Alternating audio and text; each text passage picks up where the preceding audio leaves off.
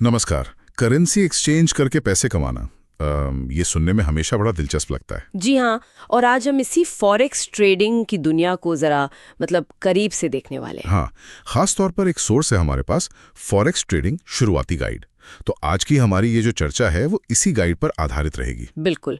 और हमारा इरादा सिर्फ ये नहीं कि हम बेसिक बातें दोहरा दें, बल्कि ये देखना है कि ये गाइड जो शुरुआती लोगों के लिए है वो असल में क्या गहरी बातें बताता है जो शायद पहली नज़र में छूट जाती हैं। सही कहा।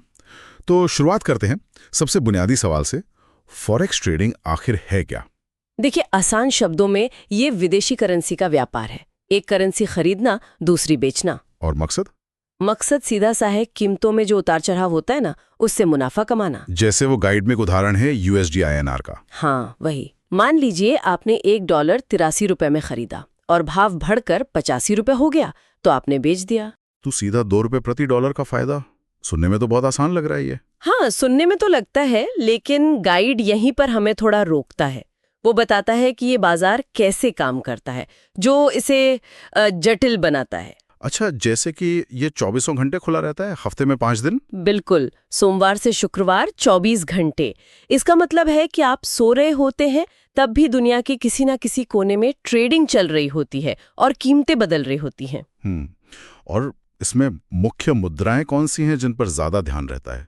गाइड में जिक्र होगा शायद। हाँ, गाइड में मुख्य मुद्राओं का जिक्र है, जैसे अमेरिकी dollar USD, euro EUR, British pound GBP, जापानी येन JPY और हाँ, भारतीय रुपया INR भी। और ये बाजार बहुत बड़ा है कहते हैं, दुनिया का सबसे बड़ा? जी, सबसे बड़ा और सबसे ज्यादा लिक्विड।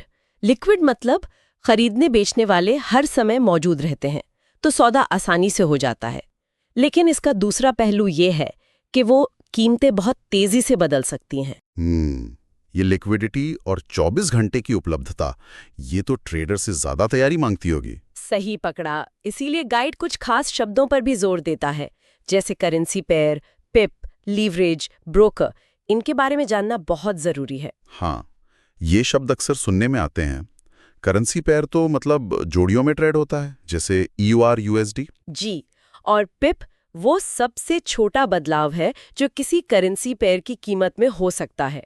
हर पेयर के लिए इसकी वैल्यू अलग होती है, ये समझना जरूरी है। और लीवरेज, ये तो काफी चर्चित शब्द है।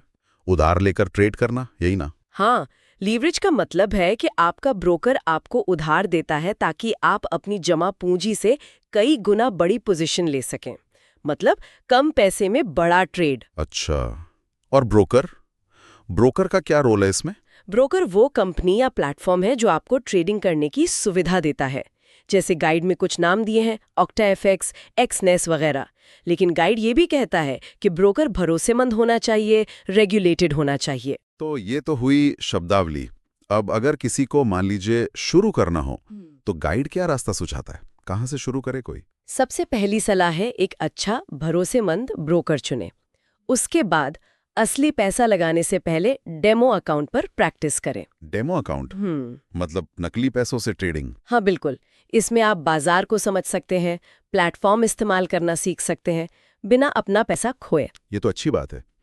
और फिर जब आप असली ट्रेडिंग शुरू करें तो अकाउंट वेरिफिकेशन करवाना पड़ता है, KYC जिसे कहते हैं। ये जरूरी है।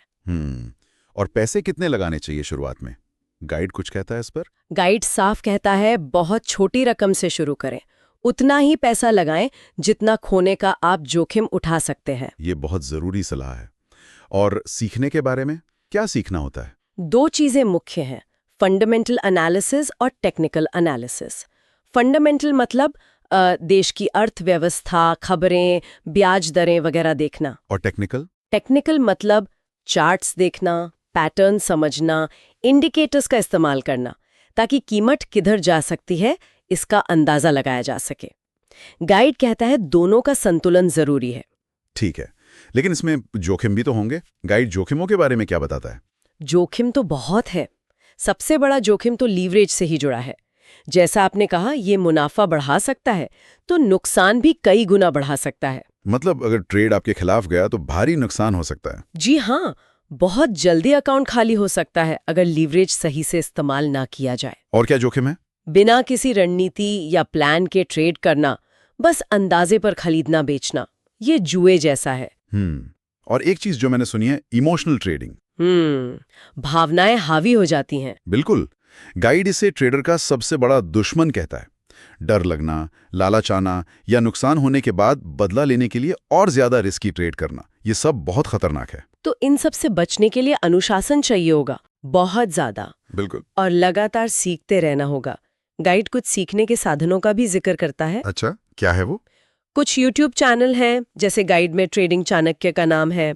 समाचार वेबसाइट्स हैं जैसे investing.com, FX Street, और आजकल टेलीग्राम और डिस्कॉर्ड पर कम्युनिटीज भी हैं जहां ट्रेडर्स आपस में बात करते हैं। तो मतलब सीखना एक लगातार चलने वाली प्रक्रिया है। हमेशा।